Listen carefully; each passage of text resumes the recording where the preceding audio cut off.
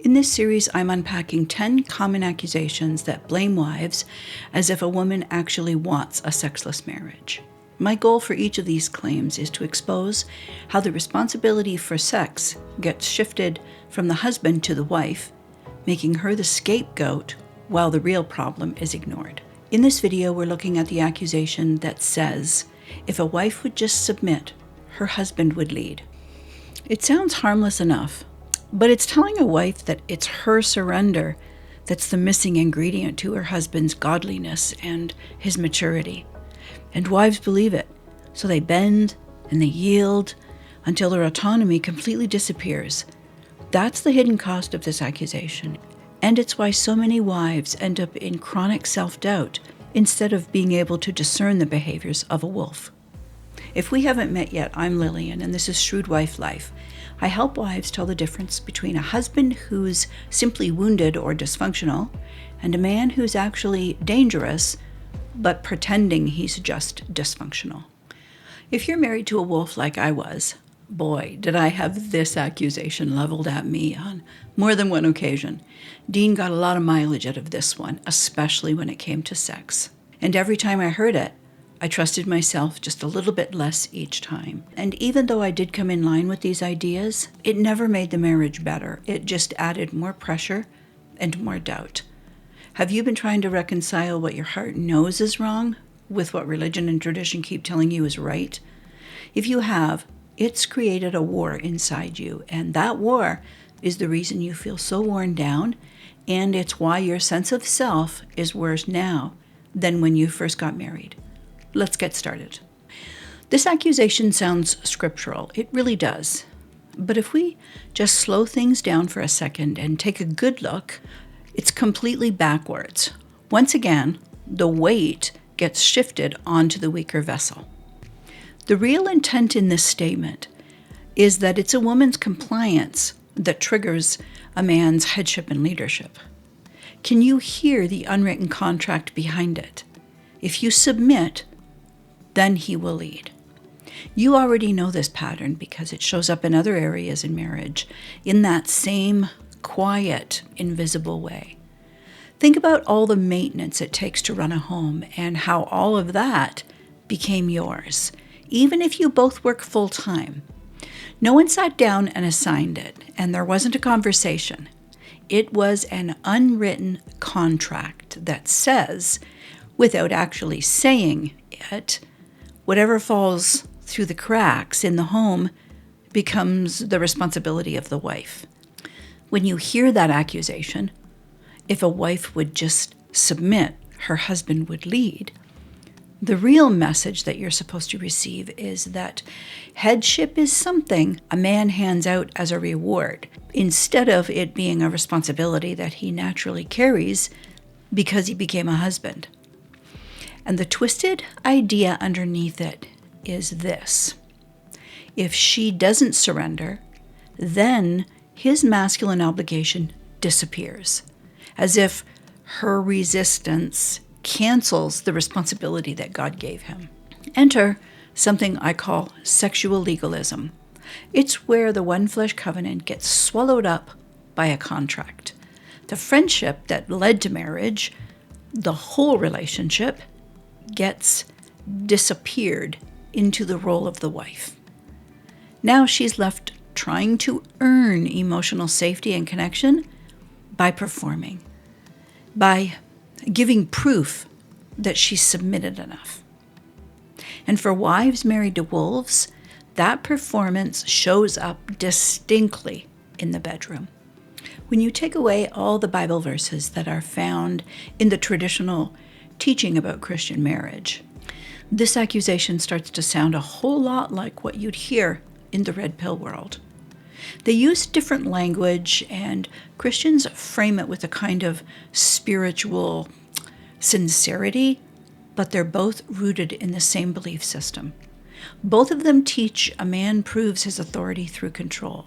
Both teach that a woman shows virtue through compliance. Both claim that sexual availability equals respect. And both insist that a home is a man's castle. That's not headship or leadership. That's a hierarchy without the heart of Jesus Christ. In Scripture, Rosh is the head. It means origin and source. The head was created first, so he gives life to the body, who was created second. But when red pill logic is invited into the Christian marriage culture, it flips that design upside down. The head, who's supposed to be the source, ends up taking provision instead of supplying it. He demands worship and adoration instead of working for it through investment. Suddenly, the wife has become a kind of emotional fuel for the husband's ego. She's become his supply for him to extract as needed.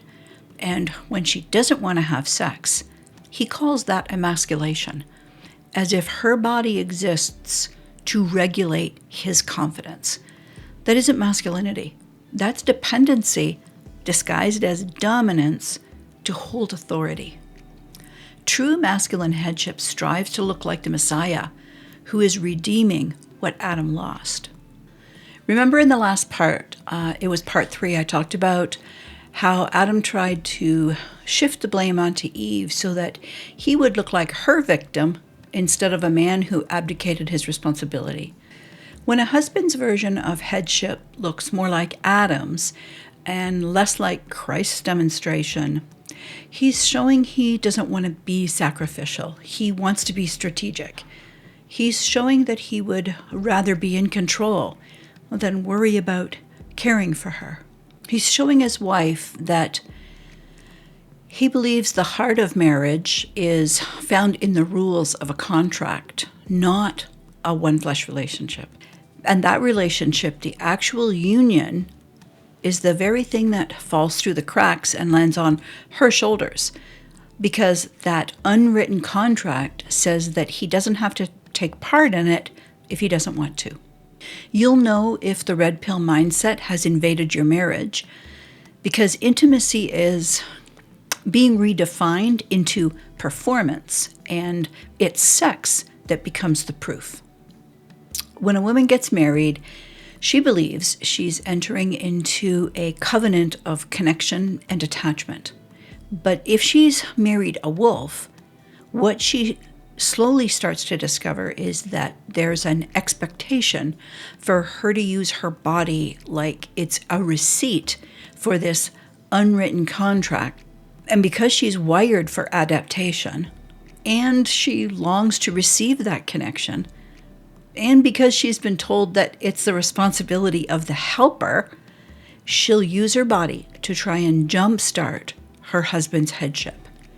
She's hoping physical closeness, sex, will awaken his desire to connect emotionally and spiritually.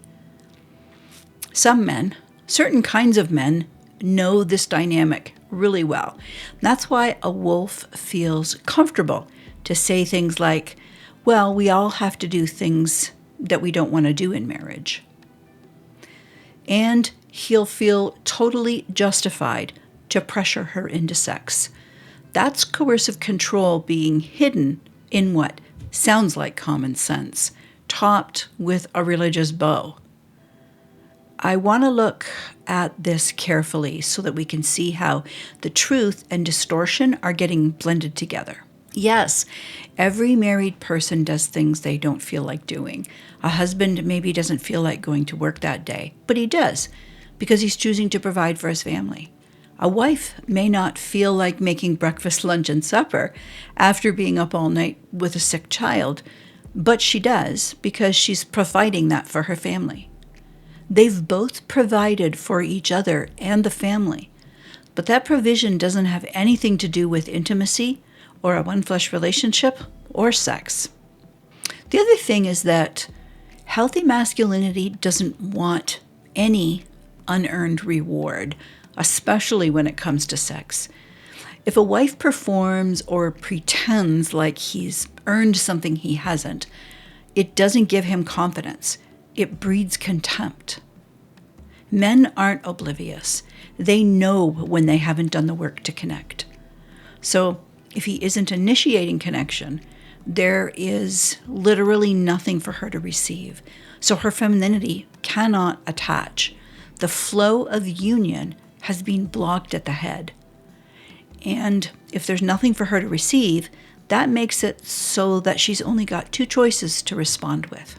One, she reflects the truth in love, and she says no, because the truth of what she's received from him is nothing. Or two, she performs in self-deception and fakes it through pity sex. A healthy man knows the difference. He doesn't want a performance. He wants her heart, mind, and soul, not just the availability of her body. And like a healthy man, a wolf knows the difference too. But here's the thing about a wolf. He prefers the performance. He wants her body to comply while her heart, mind, and soul stay disconnected. He doesn't want her to reject that lack of connection. He wants her to fake it through pity sex, but to perform like she loves it. A wolf wants validation and affirmation without the work that intimacy requires. That's why he can say things like, if a wife would just submit, her husband would lead. Because a wolf isn't looking for unity. He's looking for supply. And he demands access to her tank so he can siphon from hers into his. And he expects her to stand still and quiet while he drains her dry. A woman can only play that game for so long. Eventually, she runs out of the power to fake the desire for sex. And that's when sex breaks down in marriage. It's not that she decides to stop having sex to punish him or anything like that. It's that she's got nothing left in the tank. Everything she had has been used up on him. Her tank ran dry because masculinity never made the effort to know her femininity. In 1 Peter 3, verse 7, Peter commands husbands to live with their wives according to knowledge. He's talking about the polar opposite of duty and performance. He's talking about the same pattern that we see in the Hebrew word yada. In Genesis 4, verse 1, God says that Adam knew Eve. And in Amos 3, verse 2, God says to Israel, you only have I known. To know. This isn't informational knowing, it's covenantal knowing. Yada is the process of creating a bond. In marriage, you create a bond that's called a one-flesh relationship. Sex is simply the physical expression of that creation. Sex is the fruit of yada, not the engine for it. Yada expresses unity that's actually happening. It doesn't manufacture it. To know a wife is to enter into her world with curiosity and honor and understanding and even privilege. So when Peter tells husbands to live with their wives according to knowledge, he's not offering a suggestion to just observe physical surface data. He's commanding a husband to mirror God's own pattern of relational knowing, to study her, notice her, and understand her design, know her emotional world, and know the rhythms of her heart. Because that's how a woman comes alive, when she's known. And here's the tragedy. When to know gets reduced to use, it's femininity who pays the ultimate price because she's the weaker vessel. What God designed to be a shared experience of knowing, that dynamic exchange of masculine and feminine energies, when it gets reduced to a ritual, that means that she's got to activate her own internal masculinity so she can provide sex. There isn't one masculine and one feminine anymore. There's one form of masculinity dominating the weaker form of masculinity. Because in that moment, her femininity has to disappear. Her female self, that part of her that was designed by God to receive and respond and attached so she can be known has been pushed aside so she can provide sexual access. Provision always comes from masculine strength, and receiving always comes from feminine design. Provision requires outward exertion, and outward exertion is fueled by the body's masculine system, and that's driven by testosterone. Receiving requires the ability to feel and respond with emotional openness, and that openness is fueled by the feminine system, which is shaped by estrogen and oxytocin. It's not a hierarchy, it's physiology. It's simply how God wired the masculine and feminine to interdependently connect. And when a husband refuses to invest in her femininity so that her body can cultivate desire, when he won't contribute to that connection, which is imperative for her to want sex, he's forcing her into a distortion. He leaves her with no option except to reach for her own internal masculinity just so she can survive in that moment. Instead of learning her design, instead of investing into her heart, instead of contributing to the feminine tank that he wants to draw from, he ends up participating in the destruction of the very heart that he's been commanded to honor and protect. That destruction happens through two lies. And every time she has sex in that distorted dynamic, both of them get rooted deeper inside her heart. She thinks, if I were truly feminine, I'd yield. If he were truly masculine, he'd command. Both are wrong. Both are preached in secular and religious spaces, and neither one of them comes from the heart of God. Because for intercourse to actually reflect the kingdom design, you can't have two providers. You can't have masculine providing, two masculine providing. A one flesh covenant is built on masculine provision and feminine receiving. So whenever you hear teaching that glorifies male dominance and treats a husband's desire for sex like it's a right he can claim, and then in that same teaching it says a wife's resistance is sin, you're not hearing scripture.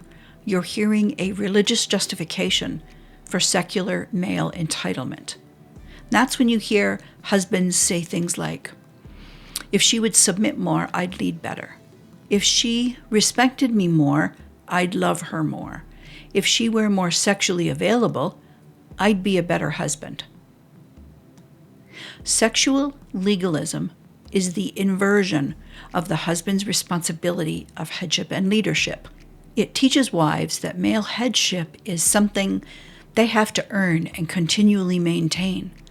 It makes them responsible for their husband's stagnation and apathy and immaturity and sin. It turns marriage into a relational economy that's built on performance and conditional exchange. Because if his leadership depends on her submission, then his spiritual life depends on her performance. And once that happens, you don't have a covenant. You've got a secular contract written in religious language. That contract says, if you're quiet, your husband will hear God. If you're compliant, he'll soften towards you and love you. If you're sexually available, he'll stay faithful. If you're agreeable, he'll become righteous. But none of that is scripture, and none of that reflects Christ and his church. A true sign of godly headship and leadership, it isn't power. It's the peace you feel and the fruit, not the works, the fruit you experience in the one flesh relationship. Thanks for listening until the end. I want you to know you are not broken and you're not failing as a wife. You've simply been trying to live inside a version of marriage that God never designed for his daughters. Be sure to hit like and share this content with a sister who's wondering if she's the problem. Bye for now, and I'll see you in part 5.